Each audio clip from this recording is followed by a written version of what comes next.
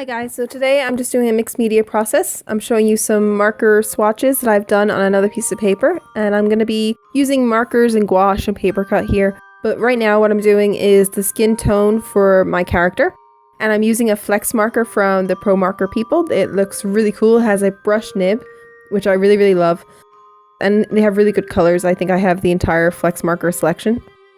And this is when I realized I never showed you guys the pencil I used. It was a Staedtler 1.3 mechanical pencil with 1.3 metallic pink lead. And I'm using the pink lead because it blends a bit better rather than inking the drawing right away. It's just going to help me to be able to see and blend in with the skin color and any other darker colors because it is so light. I've used blue. I just thought I'd use pink this time because I wasn't too sure what color I was going to go with as I was starting the sketch. Now here I've used a brown marker to color in the hair, and I'm using it in the direction that I want the hair to be. It's going to be curly hair. I'm going around in kind of a curly format. I'm doing the top of her hair downwards, and I'm just trying to show like as if it was real and just color in as quickly as I can so that the color is even. Now I'm not using marker paper, so there will be a bit of bleed. I'm using 160 gram card, which came with my sketchbook, and I understand that, and I'm happy enough with the kind of imperfections that this will lead to because I think it looks kind of watercolorish and it's got a different feel to it. It's not meant to be perfect, and going over the lines is meant to add to the charm. Again, that is a really hard thing for me to accept because I quite like everything being perfect and even and things like that, but I think every so often you need to kind of let go and just do something for fun and just enjoy it. So I'm going over with darker brown markers and I'm trying to get the detail, and I'm working quickly with this because I want the layers to dry but not completely, so I'm doing the darker color, using the base color, going back, going forth, kind of that way until I get to a certain amount of layers that I'm happy to leave for a little while, because if I keep going at it with that kind of paper, it'll just soak right through and it won't be any good to me. So I'm just doing bits and pieces here, and then I'm going to start on with the rest of the body.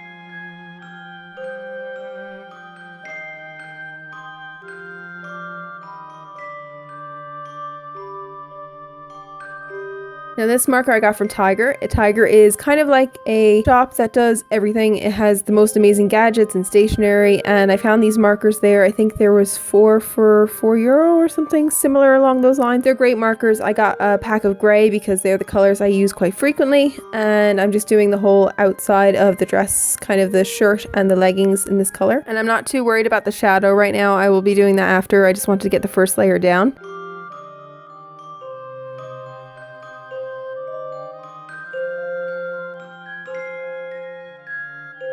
And I'll be using an apricot color for the dress because I want to kind of invoke the Halloween-esque look. I quite like black and orange. It totally reminds me of Halloween, which is my favorite holiday. So I'm just going again the same with the hair and going down the dress as if it was designed that way. And I'm using the smaller tip of the Pro Marker to get my detail around the hand, which was fantastic because I don't think I'd trust myself with the larger nib.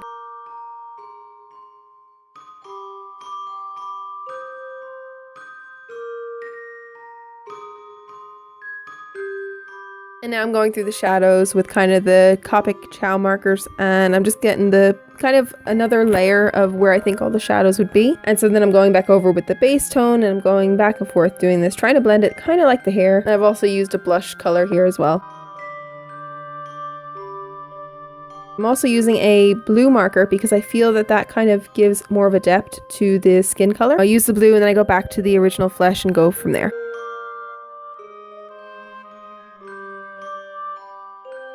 I'm also going to be coloring behind her as kind of a starry look, so I'm just doing a base color, not too heavy, not too light.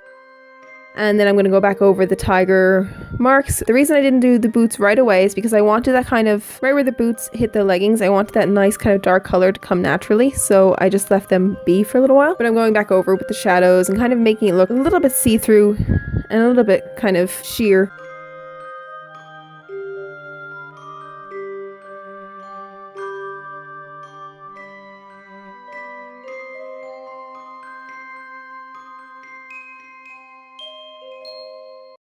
My Copic sketch markers are the darkest grey that I have, so I'm using them last to get the kind of the collar and the, the edges of the shirt.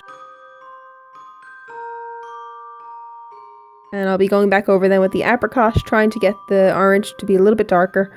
I don't want it too overpowering or too saturated because the background is going to be a very saturated blue, and I just kind of want them to play off each other as well as they can.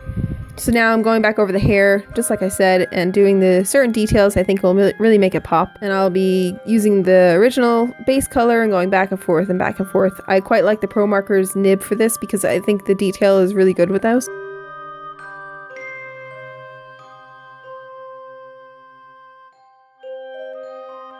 And I'm going to be doing the eyes now with a Sakura brush pen and a Uniball fine liner. I quite like doing the eyes. I really want them to stand out. So I'm using the shadow from the Tiger marker, and then I'm going to be using a Faber-Castell pencil just for the underneath with the red.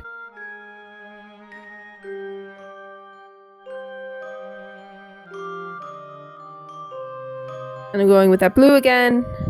And now these are really cool. They are Hit Artist pens in the sanguine color. They were given to me by my very good friend for Christmas. I absolutely love these pens. I think they are amazing. I had been looking for pens to do the lines of skin, and my friend found these for me, and they are absolutely amazing. I really, really love them, and I really want to try them out. So this is actually the first illustration I've used with them. I really think that it helped. I think if I were to do where her chin is or anything like that in a black, it would have just been too strong, and it'd take away from the eyes. I think this color is just perfect for her skin, for the lips, for everything.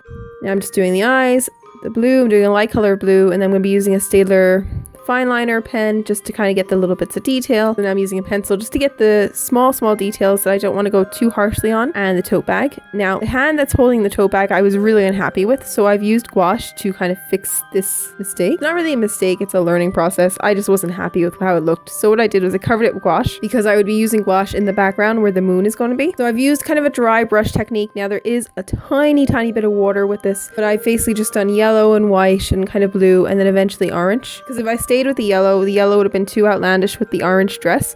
So the kind of muted yellow-orange has really complemented the dress.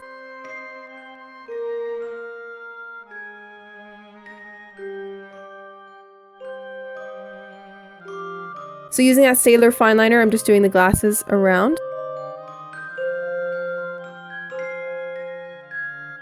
And a metallic marker that is not quite opaque. It's a little more transparent. I'm using this for the kind of glow around her, and it's not super strong, but if it is, I just kind of tapped it with my finger just to get it a little bit weaker. And I'm using a gel pen for the stars and a little bit of marks on the tote bag. And now I'm cutting her out of the white paper because I find the white paper to be very stifling, and I just wanted her to kind of blend a little better with her background. And so what I did was I got a gray metallic card, kind of give it a space feel, and then some brown paper for the floor, and I've done some wooden textures and kind of given it a shadow.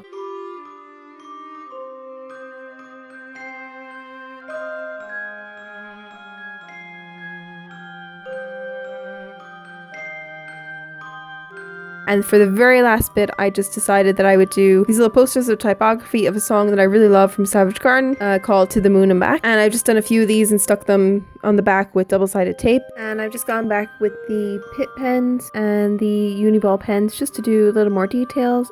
And I finished up by doing the kind of glass effect behind her, kind of like a cobweb to kind of look like a window to the universe behind her. And that's it. I'll be putting this up on my Facebook account and my Instagram. Those links will be in the description box below. Thanks for watching. Bye.